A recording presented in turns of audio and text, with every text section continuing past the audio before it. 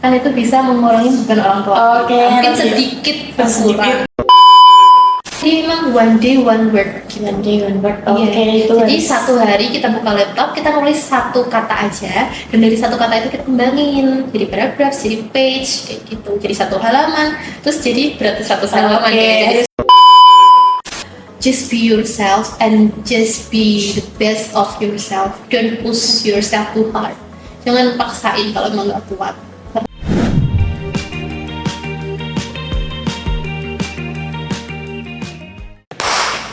Assalamualaikum warahmatullahi wabarakatuh. Waalaikumsalam warahmatullahi wabarakatuh. Halo Sobat Kampus, selamat datang di podcast Langkah Mahasiswa, tempat kita bercerita tentang strategi sukses menuju kelulusan dengan cepat dan berkualitas. Oke, saya Siti Nurul Muzayana akan menemani kalian dalam episode kali ini dengan judul Lulus Kuliah Cepat. Nah, itu termasuk mitos atau realita nih? Banyak orang yang bilang nih, kalau lulus cepat itu susah, harus rajin, harus pinter, terus jangan sampai salah ambil mata kuliah. Nah, kira-kira itu benar nggak sih? Nah, ini kita akan bahas tuntas mengenai lulus cepat itu bersama narasumber kita yang spesial ini, yaitu Kak Nisa Nabila atau sering dipanggil Nina, yang menyelesaikan perkuliahannya dengan cepat, yaitu 3,5 tahun dan di UIN Sunan Kudus sendiri. Oke, gimana Kak kabarnya hari ini?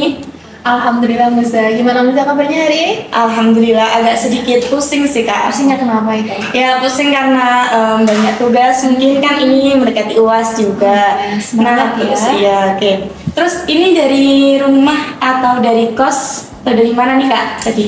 Kebetulan ditanya ya, ini kan kebetulan udah lulus nih, otomatis udah balik kampung. Oh iya. Jadi ini dari rumah ke sini, ambil ijazah sih kebetulan, terus mampir deh ke podcast apa ini? Podcast Langkah Mahasiswa menuju lulus kuliah cepat, gitulah. Sip. Terus, berarti ini rumahnya mana Kak? Rumahnya kebetulan aku dari Rembang. Wow, jauh banget, tapi masih jauh saya sih. Saya dari Blora. Oke. Sampingan kita. Iya, sampingan tetangga. Iya, tetangga. Oke. Kali ini kita akan membahas itu tadi ya Kak, temanya lulus kuliah cepat Kak. Boleh dong Kak, ini sharing-sharing tentang background or mungkin little experience maybe. Oke, background ya, mungkin background kenapa aku ambil kuliah di UIN Kudus, sama kenapa ambil di Tadris Bahasa Inggris gitu kan. Ya, karena kebetulan emang dari dulu emang suka bahasa Inggris. Dan di sini kan jurusannya Tadris Bahasa Inggris kan? Oh iya, Tadris Bahasa Inggris. Yang mana nggak semua kampus itu Tadris Bahasa Inggris guys. Tadris itu jadi di sini kalau setiap kita belajar ada implementation of Islamic education gitu. Jadi sambil belajar Islam, dan tak lain tak bukan UIN Sunan Kudus juga deket kan dari domisili. Oh iya, domisili kita. Ya. Jadi ambilnya di sini. And then about my experiences while lectures here, kalau pengalamannya itu seru sih. Selama 3,5 tahun itu menurutku pengalaman yang nggak bisa dilupakan. Masih membekas ya? Iya, membekas di hati. Bahkan kalau kesini tuh kangen, suasananya masih kayak kangen mungkin kangen teman bestie kali ya, atau mungkin dosen-dosennya ya kan, dosennya sangat boleh nggak? Oke, boleh. Oke. Selama ini berarti kuliah Tadris Bahasa Inggris. Nah, what is the main motivation mungkin Kak, biar ini bisa dicontoh generasi khususnya Tadris Bahasa Inggris sendiri? Motivation untuk apa ini? Lulus cepat atau apa? Iya, lulus cepat pastinya. Atau mungkin punya motivasi buat tetap semangat gitu? Oke, boleh. Kalau my motivation to being the fast and best graduate ya, yang paling cepet sama yang best ya mungkin ya. Di sini itu motivationnya based on my parents ya, karena di sini kan sebagai anak rantau nih. Iya, anak rantau kita sama anak rantau kan. Nah, kalau anak rantau itu pasti butuh biaya hidup ya. Di sini ada biaya hidup, biaya makan, mungkin biaya kosan. Apa saja butuh biaya ya Kak? Iya, apa saja butuh biaya kan, sama UKT. Oh iya. Nah, kalau misalkan kita lulus cepat nih, kan itu bisa mengurangi beban orang tua. Mungkin sedikit berkurang. Sedikit lebih hemat ya. Iya, jadi mungkin the first motivation itu from my parents. Oke, terus kira-kira dalam menyelesaikan perkuliahan dengan cepat nih, apa kebiasaan harian nih Kak, daily habits untuk mempercepat ini perkuliahannya gitu? Daily habits kayak apa gitu ya? Iya, kayak kalau apa daily gitu, habits contoh. dari aku sendiri kan orang biasa yang bukan profesor atau apa ya, jadi kalau daily habitsnya kayak biasa aja, mungkin waktu kuliah, berangkat kuliah dari pagi sampai sore, ikut kelas, sama mungkin itu ya Muza ya, ada join organisasi sama kerja sampingan gitu, jadi mungkin agak lebih terforce gitu my energy gitu. Biasanya itu kalau selama ini selama 3,5 tahun itu pasti ada ini Kak, pasti ada matkul yang jam 7 pagi terus apa? Ada. Apalagi waktu awal-awal semester ya, semester 2. Kamu semester 2 bukan? Semester 2 iya, kalau saya. awal-awal semester 2 itu banyak banget matkul yang jam 7 pagi. Jadi otomatis harus siap-siap jam subuh udah siap gitu kan. Kalau aku malah ini ada program taklim, jadi Kak apa itu? program ngaji Quran dan ngaji kitab kayak gitu lah. Baru ya? Baru ini aku perdana gitu, Seru banget gak sih? Wow, seru banget. Seru banget tapi juga itu malasnya itu kalau bangun pagi terus siap-siap, habis taklim terus dilanjut ini matkul terus, jadi kita itu nggak sempet untuk sarapan atau gimana gitu, jajan-jajan dulu gitu. Iya ya, tapi seru karena bisa belajar baru. Nah katanya itu buat ini apa menuju UIN. Nah yang sekarang ini udah UIN ya guys. UIN ya. Officially kan ini Officially. Per hari ini atau per hari kemarin bisa? Per hari itu SK-nya diterima itu hari Senin Kak. Senin kemarin banget. Officially UIN good. Tepuk tangan buat UIN tercinta kita.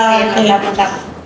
Ya terus tadi kan katanya itu Kak apa join organization kan. Terus pernah kerja juga. Nah organisasi apa nih Kak kira-kira yang pernah diikuti selama itu kuliah?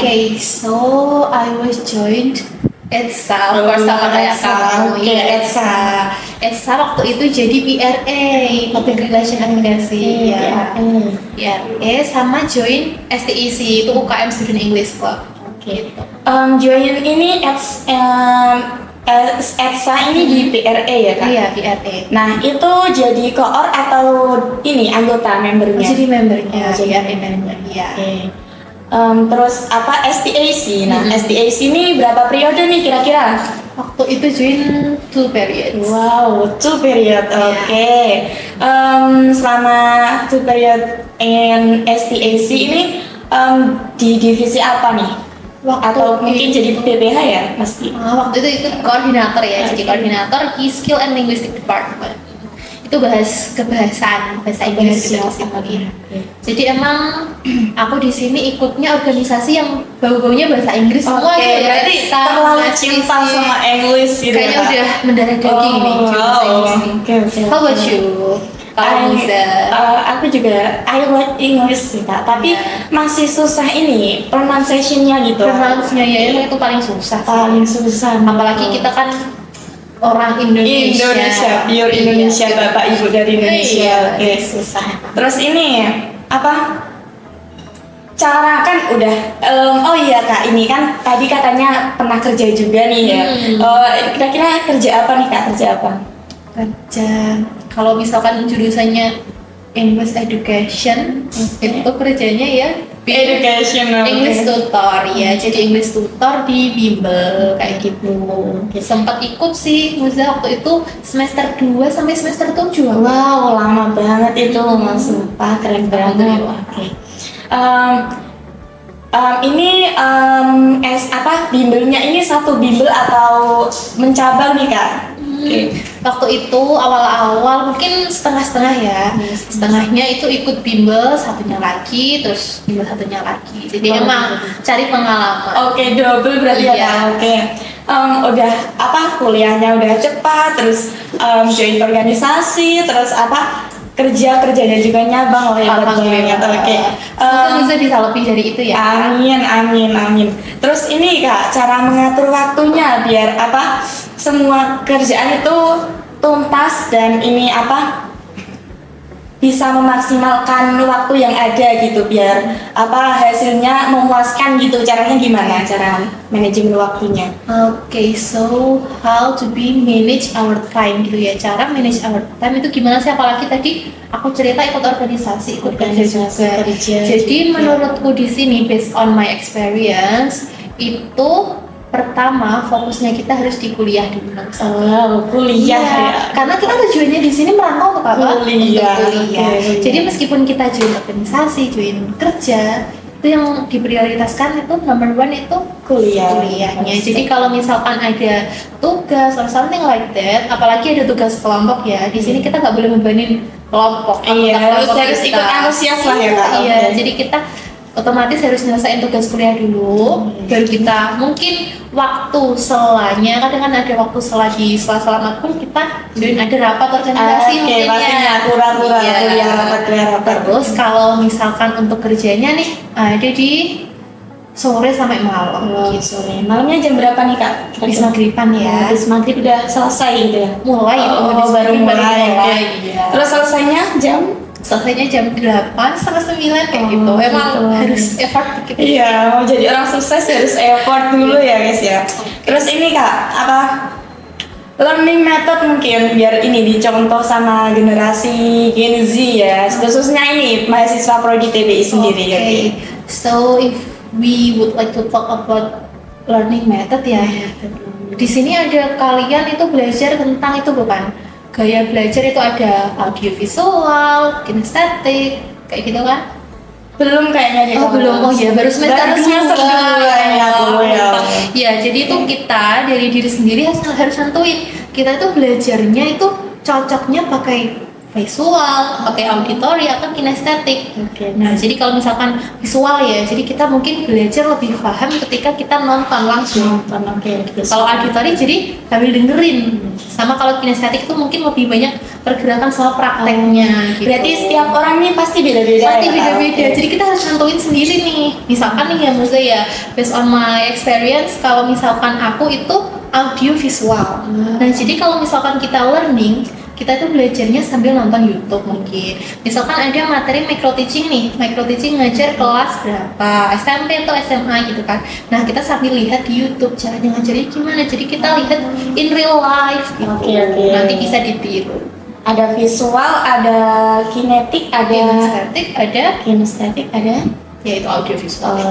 Ya, sama mungkin ada orang yang tipe-tipenya itu belajarnya milih di rame, di kafe, atau di kamar. Nah, kalau Mas sendiri gimana menurut? Kalau aku menurutku di kamar sih Kak. Soalnya kayak kalau di rame-rame itu nggak fokus. Nah, itu ada orang yang kayak gitu. Jadi kita belajar sesuai nyamannya kita aja. Kalau kita comfortable ya kita dari flow aja gitu. Terus ini Kak, boleh dong spill ini dulu itu pernah ambil beban SKS mungkin yang beban SKS lebih banyak atau enggak nih? SKS ya. Kalau kita bahas tentang SKS in our university itu SKS-nya paketan bukan? Iya, paketan. Iya, jadi sementara ini kalau dari pengalaman aku nggak ada sih yang ambil SKS lebih. Tapi dulu pernah ikut AMSP program, itu asistensi mengajar. Jadi itu nggak ikut kuliah, tapi kuliahnya itu di luar ngajar gitu. Ya selama 2 bulan. Jadi kita nggak masuk kelas sama sekali. Terus ini kan baru lulus kan ya Kak. Terus ini gimana sih caranya menyelesaikan tugas akhir skripsi kemarin itu? Being fresh graduate ya, ini kan baru fresh banget bulan lalu bulan lalu, jadi masih ingat cara ngerjain skripsi. Gimana tadi pertanyaannya? Cara menyelesaikan skripsi atau tugas akhirnya itu gimana caranya? Cara ngerjain skripsi. Ini kalau misalkan kita bahas tentang skripsi, setiap orang tuh beda-beda prosesnya. Jadi kita nggak bisa ngejudge gitu ya. Kalau misalkan di sini, based on my experience, itu minimal 1 hari harus buka laptop. Jadi one day one word. Misalkan kamu 1 hari buka laptop, nulis 1 kata, one word aja. Nah 1 kata itu kembangin. Jadi mau nggak mau jam berapapun itu kamu 1 hari harus buka laptop. gitu. Dan in a week ya, dan dalam 1 minggu in a week you must to have 1 day untuk bimbingan gitu. Oh gitu. Ya jadi kamu sediain 1 hari untuk bimbingan dalam 1 minggu itu. Ngejar dosen. Ya. Nanti kalau kamu udah semester akhir ngerasain itu. Terus ini Kak, pasti ada ya tantangan terbesar, the big challenge itu. Apa nih kira-kira kalau menurutnya Kak Nisa ini?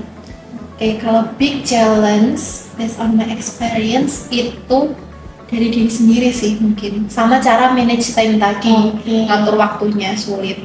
Tadi misalkan kerja nih. Pasti udah capek gitu ya, capek. Ini udah capek, ngantuk. Ini gimana caranya kita buka laptop gitu kan? Nah, tapi itu harus dipaksain dari diri sendiri. Jadi kita harus fighting up laziness gitu. Jadi harus melawan kemalasan. Melawan rasa malas. Kan tadi motivasinya itu dari keluarga sendiri ya Kak. Terus itu cara menjaga motivasi biar tetap semangat sampai lulus kuliah itu gimana cara menjaganya gitu? Itu yang paling susah. Paling susah itu menjaga motivasi. Gimana cara kita mertahanin motivasi diri kita sendiri itu sampai lulus kan? Nah itu dengan cara mungkin nggak usah lihat temen-temennya mungkin ya. Mungkin ada zaman sekarang ini lagi tren FOMO. Ya, FOMO. Misalkan kita lihat di Instagram ada healing apa, ada tren gitu ya, apa ya. Kita pasti pengen dong. Lah pasti. Mungkin itu disesuaikan waktunya. Kita bisa ambil healing itu di weekend aja. Nah, sisanya itu kita harus tetap itu ingat motivasi kita tadi, kita mau cepet lulus biar nggak bebanin orang tua. Itu paling susah kayaknya. Kalau buat aku sendiri itu paling susah sih Kak. Soalnya FOMO itu tadi. Bisa sih dilawan. Terus ini boleh dong Kak spill itu aplikasi tools yang ini recommended buat ini mahasiswa semester akhir atau buat saya sendiri semester 2 nih. Wait. Ada nggak ya? Kalau aplikasi atau tools itu aku nggak pernah pakai sih Muza, nggak pernah pakai. Cuman aku pakai timer. Jadi aku tuh gunain gaya belajar apa namanya ya? Pomodoro. Iya. Jadi itu kita learn on 25 minutes, kita belajarnya 25 menit, and then 5 minutes-nya kita break dulu. Istirahat dulu. Terus disambung lagi. Nanti kalau misalkan udah ngerasa capek, nanti kita ambil long break. Kita istirahatnya agak lama. Kayak gitu. Jadi selama kita pakai timer tadi selama 25 menit, kita pakai DND. Ya, do not disturb, jangan ganggu. Jangan ganggu. Ya, jadi biar kita nggak dikit-dikit melihat notif. Terus ini apa tipsnya untuk mahasiswa yang pengen lulus cepat tapi ini ikut organisasi ataupun kerja, tapi lulusnya ini juga berkualitas lah tentunya. Tips lulus cepat. Tips lulus cepat tapi juga join organisasi, juga kerja kayak Kak Nisa ini. Iya. Kalau diingat-ingat ya waktu ngejalanin dulu emang berat banget ya Muza ya. It was too hard. Tapi emang tipsnya tadi emang 1 day 1 word. Itu jadi 1 hari kita buka laptop, kita nulis 1 kata aja, dan dari 1 kata itu kita kembangin jadi paragraph, jadi page kayak gitu, jadi 1 halaman, terus jadi berarti 100 halaman. Harus istiqomah berarti ya Kak, istiqomah. Terus ini bolehlah Kak ini memberikan pesan atau saran untuk mahasiswa yang pengen lulus cepat? Pesannya apa? Sebenarnya di sini tuh kamu bilang kalau misalkan jadi lulus cepat atau lulus jadi best graduate itu bukan hal yang gimana dan bukan yang hal yang mudah juga. Tapi perlu diingat kalau di sini tuh kita nggak bisa maksain potensi diri kita. Jadi menurutku di sini tuh just be yourself and just be the best of yourself. Don't push yourself too hard. jangan paksain kalau emang nggak kuat, karena emang challenge-nya orang itu beda-beda Maza. Kita nggak ada yang tahu ya sesuai kemampuan. Iya, sesuai kemampuan kayak gitu. Jadi jangan dipikir, aduh ini udah lulus, udah sidang, pasti kamu bakal ngerasain waktu semester akhir. Lihat teman sidang itu rasanya kayak deg-degan. Aduh dia udah sidang kok belum ya, masih iya, ya, pasti kepengen gitu. cepet-cepet gitu. Iya, Oke. cepet-cepet aku kapan. Padahal challenge-nya orang tuh beda-beda. Oke, sesuai kemampuan. Iya, kita harus sesuai kemampuan.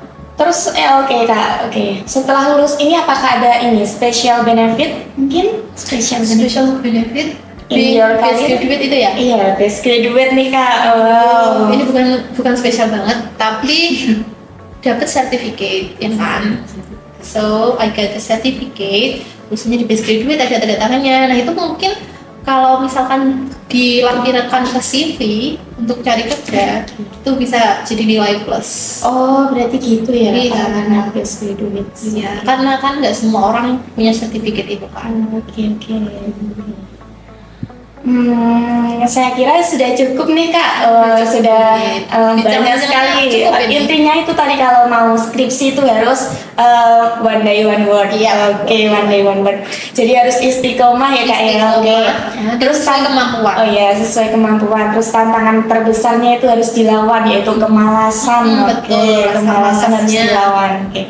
Terus apa? Saya kira sudah ya Kak, karena udah terlalu lama. Thank you for the opportunities loh, udah diundang ke sini. Aku juga terima kasih banyak Kak. Oke. Ini nggak terasa ya teman-teman, kita udah di penghujung episode kali ini. Terima kasih kepada narasumber kita yang telah meluangkan waktu dan berbagi ceritanya, pengalamannya, serta insight yang tentunya very interesting ini dan inspiratif ya tentunya. Oke. Jangan lupa jangan lupa ini tonton terus ini podcast Edsa. Oke. Jangan lupa juga follow and subscribe ini episode kali ini ya. Kalau teman-teman suka episode kali ini boleh banget review di sini, terus boleh juga nge-share ke teman-teman yang lain. Oke. Sampai ketemu di episode selanjutnya dengan tema dan topik ya, dan serta narasumber yang nggak kalah seru tentunya. Oke. Sehat selalu dan selalu positif. Oke. Salam hangat dari kami. Saya Siti Nurul Muzayana sebagai host dan narasumber kita Nisa Nabila.